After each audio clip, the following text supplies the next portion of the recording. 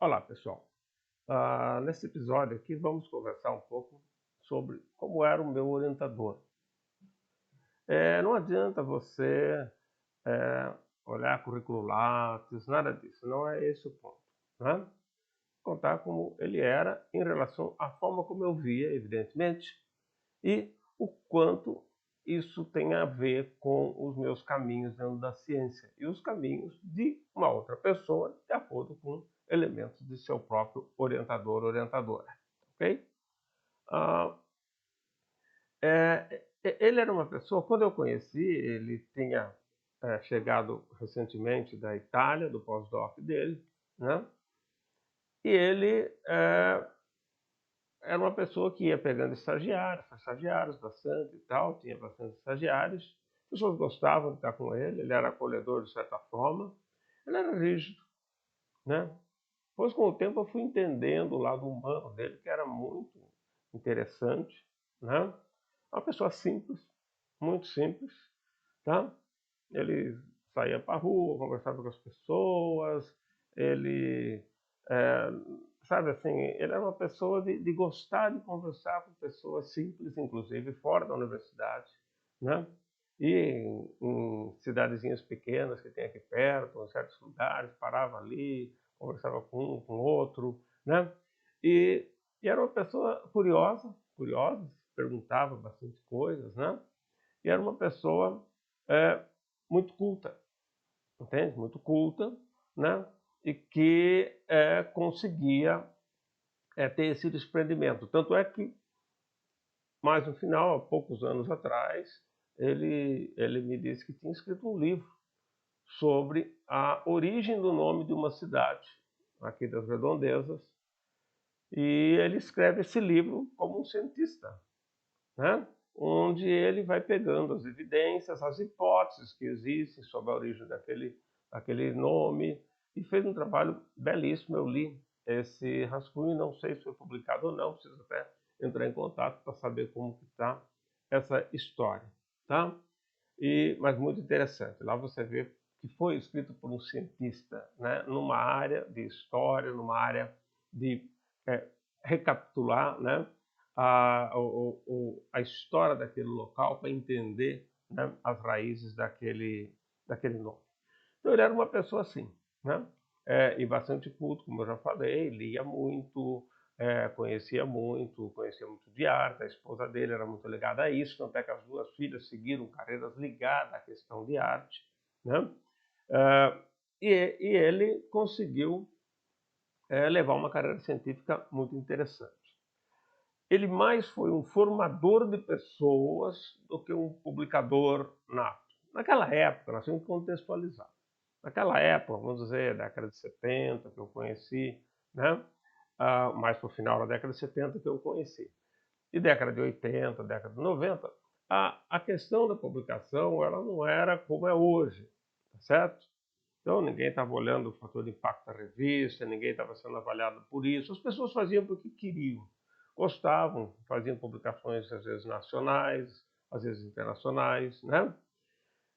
E o Oshino, esse meu orientador, tinha uma coisa interessante.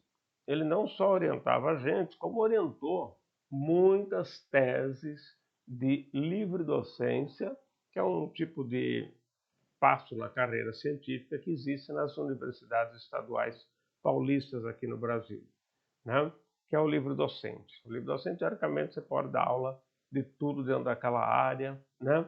E que um dos itens exigidos é o pior concurso que tem em termos de candidato, né? O mais sofrido, tá?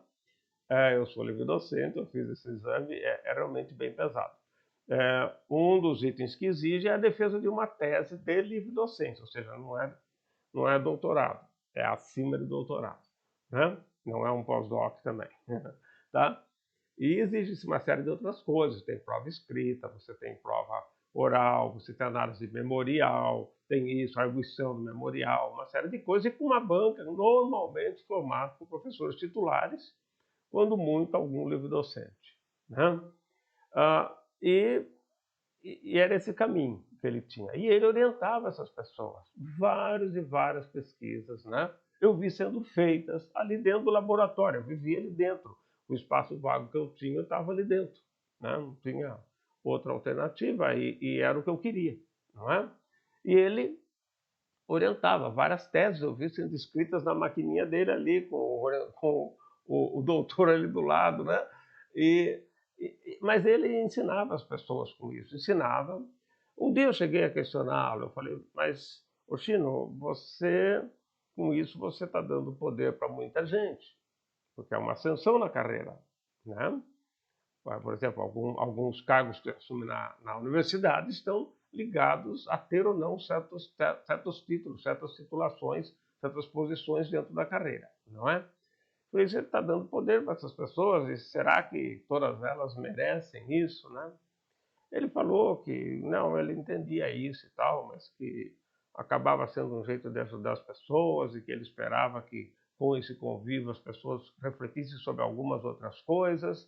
E é um negócio complicado também, não? Você não pode matar no ninho, mas também você nunca sabe. Às vezes a pessoa na tua frente, enquanto precisa, é uma, a hora que sai, vira outra. E isso, todo mundo está sujeito a isso. Eu também já fui várias vezes sacaneado com esse tipo de comportamento, né? Mas não tem jeito. O importante é que ele fazia.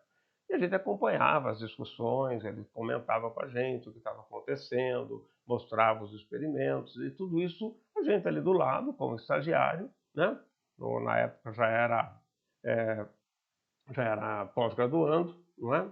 Já era professor, mas era pós-graduando, e isso era muito rico, tá? Porque era um ambiente de ciência que se vivia ali. O laboratório respirava ciência, ninguém estava lá falando da fofoca, do não sei o quê. Teve uma aluna que hoje não comentava comigo. Ela fica aqui, ela passa horas e horas, ela fica olhando no vidro, era um vidro espelhado, então dava para você se ver, pelo menos relativamente bem, né? Por causa do sol tinha isso e dependendo do horário, facilitava que você visse sua imagem ali. E ela passava horas e horas com a escova, penteando o cabelo, olhando. Lógico, não deu em nada, depois vai embora, some, né? Na verdade. É, não que ela não possa fazer isso, mas vocês entendem o que eu estou dizendo. É a preocupação, é o ambiente. Tá? E lá tinha, assim, o ambiente de pesquisa. Não se discutia as coisas sem uma profundidade maior, né? Não era simplesmente eu acho, você fala, achar não importa. Vamos ver quais são os fundamentos. Olha, você está falando isso, mas veja, tem um erro lógico que você está falando. Ele fazia assim, né? Tem um erro aí. Quer ver? Veja aqui. Pegava uma folha de papel e mostrava. Quais sendo as suas premissas? Essas. Olha, tá vendo isso daqui? Não encaixa. Então, ele fazia isso espontaneamente, não estava dando aula de lógica para gente. Não, ele estava simplesmente conversando e tinha que mostrar essas correções. Então, ele era muito preocupado com esse acompanhamento com o aluno, evidente.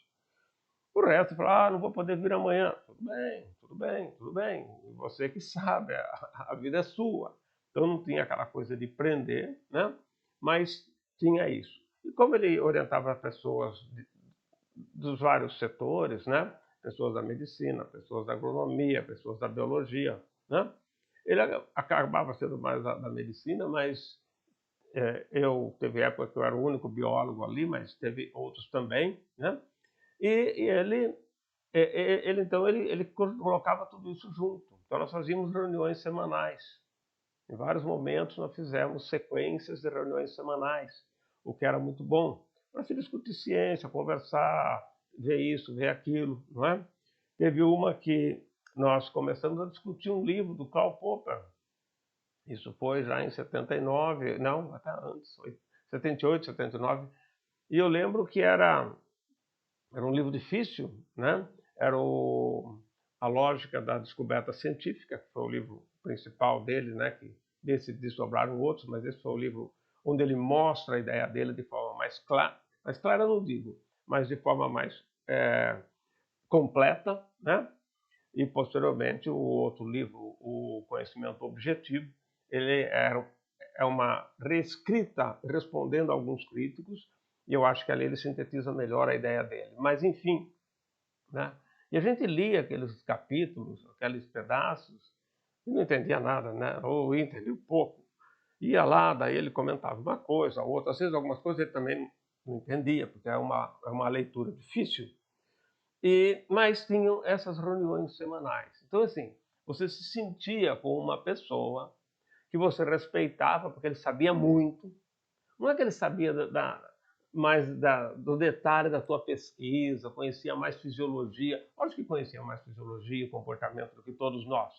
Mas não era nisso, era na forma de integração das coisas, o quanto ele conseguia ligar alhos com bugalhos, né? A experiência que ele trazia e toda a cultura que ele tinha, tá? Dos livros e das coisas que ele lia, estudava. Ele era uma pessoa que 4 horas da manhã ele estava já estudando, né? Ele aproveitava, ele dormia muito cedo, 8 horas, 8 e pouco, ele já estava meio que se retirando para a cama, mas ele acordava então bem cedo, né? E ali ele estudava até a vida começar, porque depois disso você tem que tocar a vida e já não dá mais para você se concentrar em estudar. Dizer que vai ficar na universidade estudando é um pouco de ilusão. Às vezes dá, mas é um pouco de ilusão. É um que interrompe, é isso, que é aquilo, sei lá. Então, ele se cuidava assim. Quando ele ia para a universidade, ele já tinha estudado algumas horas. E ele fazia isso. Não é? Então, veja, são coisas que você vai vendo do seu orientador e você vai querendo copiar. Eu não estava preocupado se ele ia ser o meu pai ou se ele ia ser a pessoa que ia me socorrer. Ele iria fazer isso. Ele era uma pessoa humana, né? Era nada, ele ainda é. Ele mora aqui, não tão perto da minha casa, mas mora na mesma cidade, né? Infelizmente eu não consigo mais fazer uma entrevista com ele, mas não tem problema. Eu acho que vamos recordar as memórias, né? Que são importantes relacionadas com o meu contato profissional com ele. Pessoalmente é outra história, tá? Vamos lá, continuo ligado e eu sou um grande admirador dele, ainda sem problema algum, tá? Tivemos problemas no começo, em alguns momentos da nossa coexistência, mas isso é natural que haja, discordâncias, coisa e tal, né? Mas eu não tiro, né, a base que ele me deu e o ser humano que ele se mostrou para mim, tá certo? E não só para mim, para várias pessoas, muitas pessoas ligadas a ele amam o tal do Oxino, né? Pra você ter uma ideia, teve uma época que não tinha como. Todo ano ele era homenageado para os alunos. Ou era patrono, ou era paraninfo, era assim, né? Principalmente na biologia, que ele dava aula na biologia, né? Ele dava aula de metodologia científica, ele dava aula de comportamento, de fisiologia, né? Ele dava aula das coisas que ele trabalhava, que ele gostava, né? E dava aula para todos os ciclos, como era comum no departamento que eu estava. Todo mundo vasculhava todos os ciclos da fisiologia ali. Não tinha essa, eu dou aula só disso. Teve alguns, sim, que morreram dando aula, morreram, não morreram ainda, mas viveram todo o período lá dando aula só de uma coisa. E, eventualmente uma coisinha. Mas não, o mais gostoso era dar aula de vários ciclos, né? De renal, de digestório, de neuro, de cardiorrespiratório, enfim, de qualquer ciclo que tem aí, endócrino, coisa e tal, né? E a gente fazia assim, isso era muito bom, porque mesmo que você não se aprofundasse tanto, você tinha uma visão integradora muito maior, e esse era um diferencial. O meu orientador, o Oshino, ele costumava falar assim: eu sou especializado em generalizações, em coisas gerais, né? E sempre foi assim. E eu acho que eu herdei bastante disso dele, porque eu já devia ter esse perfil lá atrás e seguir com uma pessoa que pensava assim também. Isso foi interessante porque exacerba o que você está pensando, né? Se é certo, se é errado é outra história. Tanto é que eu tive uma dificuldade de me especializar. Um dia eu falei para uma professora, amiga minha, eu falei, eu nunca vou me especializar numa coisa, eu gosto de estudar várias coisas. Ela deu risada, uma professora top de linha que a gente tinha aqui, né? Ela já aposentou, não está mais na universidade. Mas a professora Edith Lelo Montenegro, ela era uma professora que todo mundo respeitava, era brava, mas não era brava. Depois você vai entender que não era brava. Era exigente. E na cabeça do aluno, o exigente é bravo. O exigente é ruim. Não é ruim. O exigente, ele está te colocando no eixo, ele está te dizendo o que é e o que não é, o que pode e o que não pode, que o compromisso tem que ser cumprido. É isso que ele está dizendo. Ele está te formando como uma pessoa necessária para o mundo, né? O não exigente está te deixando errar sem falar isso. E muitas vezes ele tem que se perguntar por que eu não consigo corrigir o erro que eu vejo no meu aluno. Qual é o bloqueio psicológico que me leva a fazer isso? Será que eu quero carinho? Mas o orientador não pode ser assim. Tá? O orientador tem que ter uma postura. Ó, se você não gostar, tudo bem, mas vamos conversar. É isso, isso, isso. Disso não dá para abrir mão. Disso dá. Ok? O orientador tem que ser uma pessoa psicologicamente forte nesse sentido. E muitas vezes isso é interpretado como uma pessoa é ruim, pessoa é chata, pessoa é assim. Mas, enfim, cada um que se divirta. O que acontece? O Oshino, ele conversava muito comigo, porque eu fui o que mais fiquei lá, fiz aposta com ele e tal, né? E ficava o tempo inteiro, e não tinha carro, eu ia, tinha que ficar na universidade, ficava ali, voltava de carona para almoçar, mas geralmente voltava com ele. Depois, às vezes, eu conseguia carona com ele ou com outras pessoas para voltar à tarde, né? E esse convívio na pós-graduação, particularmente, né, que eu ficava integral ali, viajava para Rio Claro fazer as disciplinas, mas o orientador era ele. E esse convívio era muito importante. Então eu digo assim, hoje as pessoas, parece que a orientação, ela foge desse convívio. O convívio não é só ir no bar, tomar uma cervejinha, bater papo, fazer festa, fazer não sei o que lá. Não, não é esse o ponto. É um convívio científico, com aquele mestre que você adora, que você gostou dele. Ele não é um Deus para você, mas ele é um referencial forte para você, né? E é isso que precisa ter. Sem ter contato não adianta. E não é na especialidade. A especialidade, a coisa ligada à tua pesquisa, provavelmente você vai saber mais detalhes do que ele. Mas, paradoxalmente, ele vai saber aproveitar mais esse conhecimento no seu trabalho do que você. Porque a vivência, a forma de olhar aquilo que o orientador tem é diferente. Tá? E eu via muito bem isso. Né? Ele pegava coisas que eu sabia e mostrava coisas que eu nem imaginei em ver. E isso no dia a dia, não eram aulas. Era uma aula da vida, do contato. E isso é muito importante para o processo o processo que a gente tem de formação de cientistas.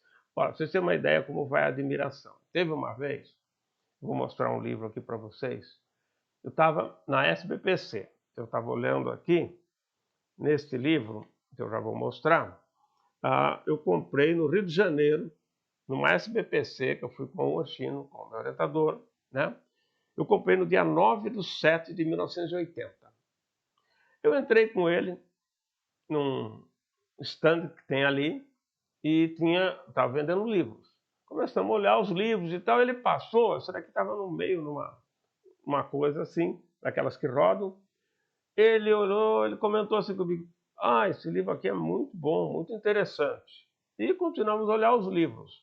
Óbvio que eu saí com o livro na mão. Não roubei, eu comprei. Eu comprei o livro. Por quê? Porque ele só falou que era bom. Você entende? Né? Esse livro é esse aqui, ó. A Evolução da Física, do Einstein e Infeld. Bom, eu comprei esse livro e ele tem umas passagens fantásticas, né? Eu fui lendo o livro e extraindo coisas que me interessavam. É sempre assim, você extrai as coisas que te interessam. Então veja aqui, eu anotei aqui, ó. Eu achei uma anotação que eu fiz aqui em amarelo. Não sei se dá para vocês verem direito, está meio, né? Uma corzinha amarela aqui, né? O que eu grifei nessa época que eu li o livro lá? Aí eu olho, está escrito aqui, ó.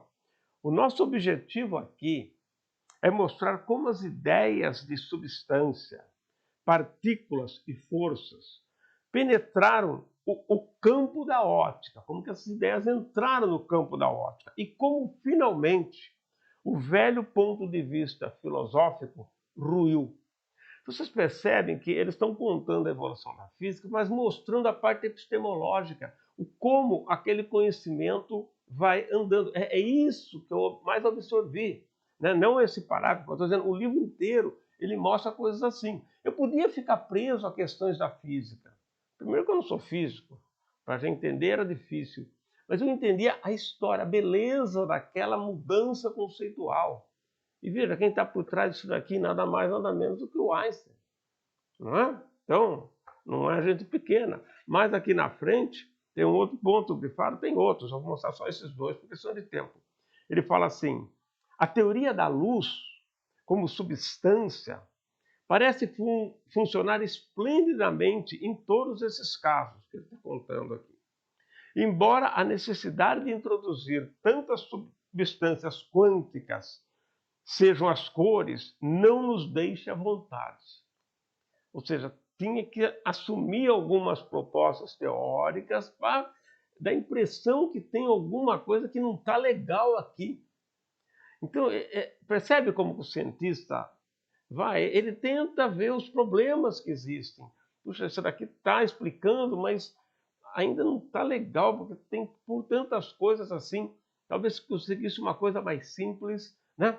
E são esses aprendizados que a gente vai pegando da literatura. Hoje as pessoas querem ler livro de autoajuda, como ser um grande palestrante, como conseguir publicar em 10 passos seguidos. Ou seja, as pessoas querem mágica. Mágica, gente. Tem que pegar aqueles livros que falam de histórias infantis. Lá tem mágica, lá tem magos, tem feiticeiras, tem isso, não é? Então, veja, essa é uma aprendizagem. Esse livro aqui, na verdade, um ponto muito importante que eu absorvi da essência dele foi, eu não lembro se está escrito ou se eu que li desse jeito, né, que mostrava assim, que o Einstein, ele teve que pegar o quê? Ele questionou a base de um pensamento maior da física. E ele mexeu nessa base. Só que, depois que ele mexeu nessa base, ele teve que reconstruir todo o resto para mostrar que funcionava. E com isso ele criou a grande teoria dele. Então, não é simplesmente, eu vou lá, estou vendo uma construção do edifício, eu critico a base e saio. Não, ele criticou a base, montou do lado com a base dele e reconstruiu e mostrou que esse prédio ficou melhor que o outro. É isso que é bonito na ciência. É essa ciência que a gente não vê na vasta maioria das atividades da nossa pós-graduação. A maioria está lá tentando fazer um trabalhinho para ver se vai publicar, que vai render isso, vai render aquilo, põe no lápis para ver se consegue emprego. É uma ciência baseada em alicerces estranhos, né? E essas coisas vinham do meu orientador, né? E de mim também, porque ele podia ter falado que o livro é bom e eu podia ter ignorado e saído. Se eu comprei é porque eu tinha de alguma forma como comprar, ok. Mas eu podia, mesmo tendo como comprar, não ter comprado. Então é essa admiração. Eu podia ficar perguntando, mas por que é bom? Será que é bom? Mas será? Deixa eu ver se vai me interessar. Eu não quis saber se vai me interessar. Eu sabia que eu tinha que me interessar. Porque um cientista que eu admiro e que é meu orientador falou que é bom. Hoje as pessoas ficam questionando, mas será? Mas olha, eu também posso, eu vi aqui na internet. Isso, está todo mundo patinando para tentar conseguir publicaçãozinha em revistinhas medíocres por aí, ou até boas, mas que não formam o cientista, tá? Não formam o cientista. Então, isso é um ponto marcante, né? Eu lembro que um dia, isso eu não entendi na época, isso eu estava na graduação, eu acho. O Chino estava me dando carona, eu lembro até o lugar que a gente estava. Estava saindo da universidade, de uma curva que tem assim, e ele comentou comigo, você é um dos poucos estagiários que eu tenho que tem preocupações mais gerais. E eu não entendi o que era. Eu fiquei com isso na cabeça, martelando, e eu não perguntei para ele, mas o que é isso? O que significa isso? É bom ou não? Eu fiquei. E lutei com isso. Estava bem no começo, mas eu lutei até que eu fui entender. É uma coisa boa. Eu busco, eu não quero ser aquele especialista, eu quero entender o processo. Pode ser até dentro de uma especialidade, mas eu quero entender a essência da coisa. E não ficar só esse resultado, isso aumenta aquilo, isso diminui aquilo. Eu quero entender os princípios que estão por trás. Isso é o que ele estava me dizendo naquela época. Bem, mais para frente eu comentei disso com ele. Né? Então, são coisas, né, que, de um lado, você tem um orientador que é um bom cientista, de outro lado, você tem que ter o aluno que está ávido a aprender com esse orientador. Hoje tem que pensar, o que é aprender para você? O que você quer aprender? Que exemplo de cientista você tem? O que você sabe de ciência para começar a aprender ciência? Não é? Então não adianta dar aula, nada disso. Tem pessoas que ficam do seu lado por obrigação. Elas querem terminar o mestrado, quer ver se consegue uma boquinha do doutorado, não é? E são medíocres. Depois vão embora, somem. Algumas são boas, algumas até se desencantam por algumas outras coisas. E aí acabam desaparecendo do sistema ou seguindo para outros caminhos e às vezes vão dar certo. Conheço algumas que deram muito certo e saem, não tem problema. Você não é o dono da história toda. Tem um monte de donos por aí. Né? Então, esses foram exemplos, né, que eu via do meu orientador. E ele era muito assim. Ele chegava antes das 8, saía depois do meio-dia, voltava antes das 2 e saía depois das 6. Por quê? Porque ele estava lá fazendo as coisas dele. Às vezes saía às 7, 7h30 da noite. Né? E a gente vai absorvendo isso. No começo eu me sentia meio obrigado a seguir esse ritmo. Depois eu fui entendendo, quando eu estava fazendo meu mestrado, nossa, meu mestrado foi uma porta aberta. Tá? Qualquer dia eu falo das impressões dele, do tipo de pesquisa que foi, como foi, né? Que me abriu muito campo dentro da ciência. Depois meu doutorado já teve um perfil bem diferente. Os dois casados, né? Eu não segui isso depois. Segui a ideia central, mas eu não segui, eu até troquei, eu estava trabalhando com organismo, que era camarão de água doce. Depois mudei, fui trabalhar com peixes. Mas um pouco impulsionado pelas coisas do meu doutorado, né? Mas enfim, isso é uma outra história. Então veja, o meu orientador, ele sabia muito bem orientar. Ele sabia, sabe o quê? Não te dar resposta, exceto no momento exato, coisa que eu tive muita dificuldade de fazer com os meus alunos. Ele não entregava a resposta, ele te instigava a encontrar a resposta. Ele era muito bom nisso, era um psicólogo. Foi formado pela USP, né, na década de 60, e ele veio a ser professor aqui em Botucatu na década de 60 e aposentou no final da década de 90. Depois ele foi ser professor da Unesp de novo, só que daí em Bauru, e quis se dedicar um pouco mais à psicologia. Ele trabalhou com neuropsicologia por muito tempo, né? Ou psicologia fisiológica, como queira chamar, né? Ele trabalhou com psicobiologia, ele trabalhava com essas coisas, que era uma das coisas que eu tinha lá atrás, no meu colegial, que eu queria trabalhar a mente das formigas, a mente dos, né? Dentro do meu coisinho ali de criança, né? E de adolescente e tal. Então ele trabalhava com essas coisas, né? E ele gostava também de coisas estranhas, né? Mas ele era sério na pesquisa, tá? Ele era sério e tal. E ele foi uma referência para muita gente no Brasil, tá? Para centenas de pessoas no Brasil, né? E fora também ele tem o espaço dele, mas assim, aqui dentro ele formou muita gente, né? Hoje as pessoas também formam muita gente, talvez consigam formar até mais, porque virou uma linha de produção. A linha de produção dele era artesanal, é essa a diferença. Não tinha lá dentro uma linha de produção montadinho assim, entra aqui, porque você está aqui, você é dono dessa pesquisa, você vai entrar como coautor? De jeito nenhum, eu nunca entrei, ninguém nunca entrou no meu trabalho, eu nunca entrei no trabalho dos outros, mas nós discutíamos as coisas juntos. Nós discutimos juntos, não é? Então, essas coisas são oriundas, né, do perfil do seu orientador. Ele não é, e não foi, e nem queria ser o maior publicador da Unesp. Não precisava isso. Mas ele era um grande orientador, né? Depois se aposentou, hoje está lá vivendo na casa dele, né? E ele deixou suas crias. Eu sou uma delas. O perfil que eu tenho, eu peguei dele. Eu acho que foi uma sorte para mim, porque eu gosto do meu perfil.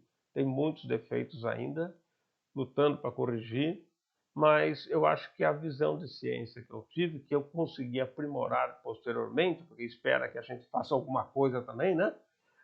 Eu acho que não chegaria no que chegou se não fosse esse início de vivência. Então veja que claramente foi a pós-graduação como ferramenta para formar cientistas e não pesquisadores para tocarem as pesquisas do laboratório. Não foi isso. Foi a primeira coisa, tá? Então, gente, é isso. Desculpe se o vídeo avançou um pouco mais. Poderia falar muitas qualidades e muitas coisas do Oshino, né? Mas vamos nos restringir a esses pontos, que a história é entender essas experiências para trazer reflexões para vocês. Não é para dizer, olha, o Gils foi isso, o Oshino foi aquilo. Não, não, não é isso. Trazer reflexões para vocês, tá ok? Então, gente, muito obrigado e até a próxima.